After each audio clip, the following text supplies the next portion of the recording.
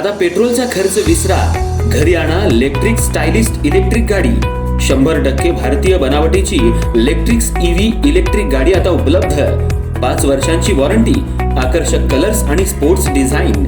एकदा चार्ज करा आणि 100 ते 140 किलोमीटर पर्यंत रेंज. अत्याधुनिक सर्व्हिस सुविधा, लोन सुविधा सुद्धा उपलब्ध.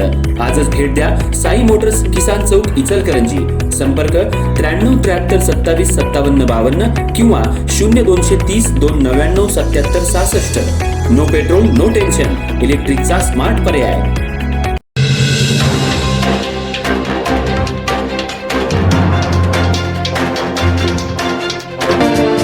इचलकरंजी शहरात विविध ठिकाणी असलेल्या झोपडपट्टी परिसराचं चित्र लवकरच बदलणार आहे. या ठिकाणी घरकुलांची निर्मिती केली जाणार आहे.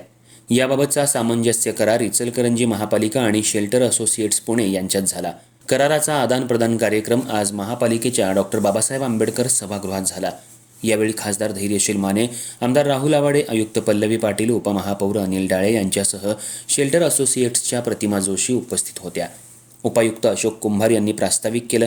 शहरातील सर्व झोपडपट्ट्यांचं शेल्टर असोसिएट्सतर्फे सर्वंकष सर्वेक्षण केलं जाईल. यातून उपलब्ध होणारा डाटा हा महापालिकेच्या भविष्यकालीन योजनांसाठी उपयुक्त होईल, असा विश्वास आयुक्त पाटील यांनी यावेळी व्यक्त केला. घरकुल प्रकल्पासाठी शेल्टर असोसिएट ही संस्था तांत्रिक सहकार्य करणार आहे. कंपनीच्या प्रतिमा जोशी यांनी झोपडपट्टी सर्वेक्षणातील काही महत्त्वाच्या बाबींचं यावेळी विश्लेषण केलं. 2 ठिकाणी प्रायोगिक तत्वावर सुरुवातीला घरकुलांची निर्मिती केली जाणार आहे. यात 300 चौरस फुटांचं चटई क्षेत्र असणार आहे.